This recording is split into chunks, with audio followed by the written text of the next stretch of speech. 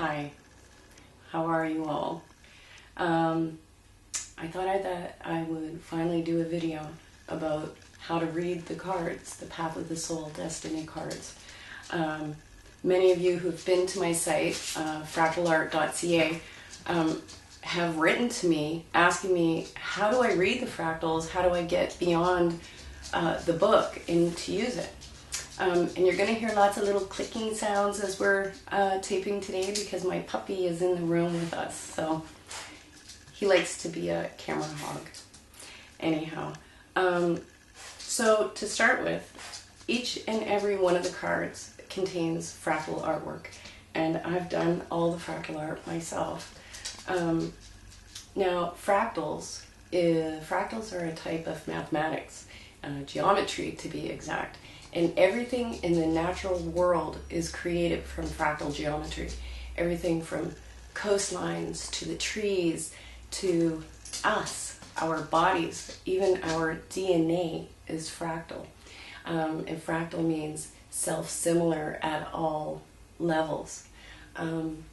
Now, scientists call fractals the thumbprint of God. And I think that really says it all. And there's such an energy and a power in the fractals, and it's even measurable with dividing rods or dowsing rods. Now, I believe that the reason that they have so much energy or power is because with fractals, they basically describe to energy how to be created into form. So it helps, or it dictates to the energy how it's going to be created into form. So that's everything that's natural. So everything that's natural has an energy. Everything in nature contains an energy. And I believe that maybe it's really a basic explanation, but that this is one of the reasons that they contain energy in the images. Now, when it comes to intuition, really, our conscious mind is the part of our mind that interacts with this world. It's the part that translates what it sees and hears and experiences, and it takes it and translates it and gives it to the subconscious mind. So here's the conscious, here's the subconscious. And the subconscious is kind of like in the middle between the world of spirit and the world of form, 3D, this dimension. So the subconscious sits right in the middle, and it's a gateway.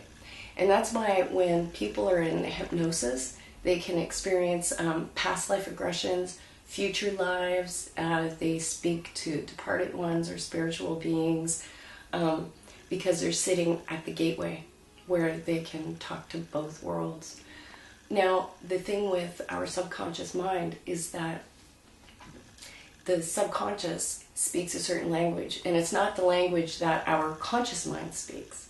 So our consciousness or our thinking is very linear, but the subconscious mind is not linear. It takes no straight form, and the language is that of color, of shape, of images, of symbols, of emotion.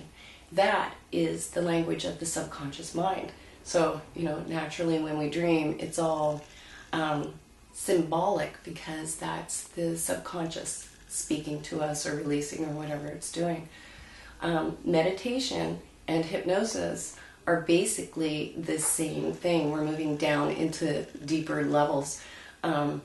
Only with hypnosis, you're guided by a facilitator, a hypnotherapist, and in meditation, you take yourself there. And that's why when people are meditating, they can reach states of enlightenment and nirvana, and also speak to guides and have tremendous intuitive knowings. And it's all has to do with accessing the subconscious mind. So what the heck does that have to do with fractals?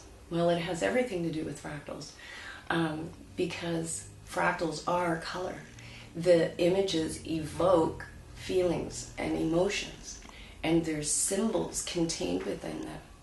Now, depending on where your consciousness is at, what you have as knowledge already in your mind is going to dictate what you see. Where your energy level is at is going to dictate and have a very strong influence as to what information you get intuitively.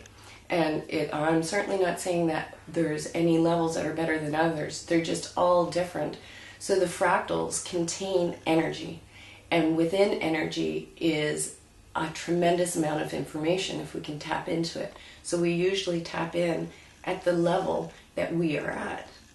So now with the cards, normally before I do a reading, I like to get very centered and grounded into what I'm doing. So I usually take a nice slow breath, relax, and get ready to do my readings. Now, that's also the same when I go to make the fractals.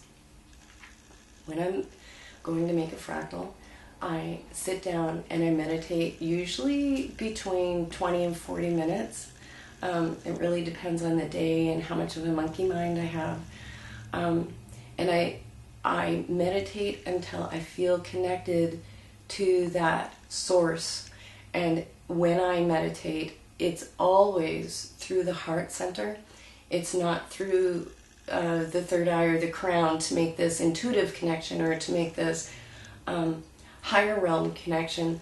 For me, and from what I've been taught from my guides, is that it's got to come from the heart, and that's our core, our center that we run from, and that through running through our heart energy or our heart chakra, that our energy level increases tremendously. And the higher your energy is vibrating at the time, more clearly you can communicate and connect to your own intuition.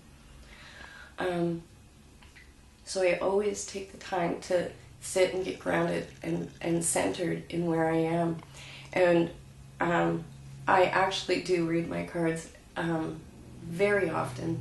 And my favorite thing to do is do a one card draw, because I really like to pull a card and get a message for the day, like where am I at, what is it that I need to know, or what is it that I need to remember, or what does Spirit have to say? So quite often that's what I do, is do my one card draw on the day. And then I often, when it comes to big decisions, I often come back to the cards and draw again. Now, I'm going to fan them out for you here. So with the cards, every single image is so completely different, and it can feel a little bit overwhelming when you first look at the deck. And if you're just learning to tap into your intuition, it can be a bit much. You go, oh my gosh, I don't know what I'm doing. I need to have this booklet all the time. What I'm going to do is go through it like I'm actually doing a reading for myself. So the first thing that I do is get very centered and grounded in what I'm doing. And then I take the cards, I usually fan them out, and I put them to my heart. And the reason that I put them to my heart is because that's where my energy and my vibration rises.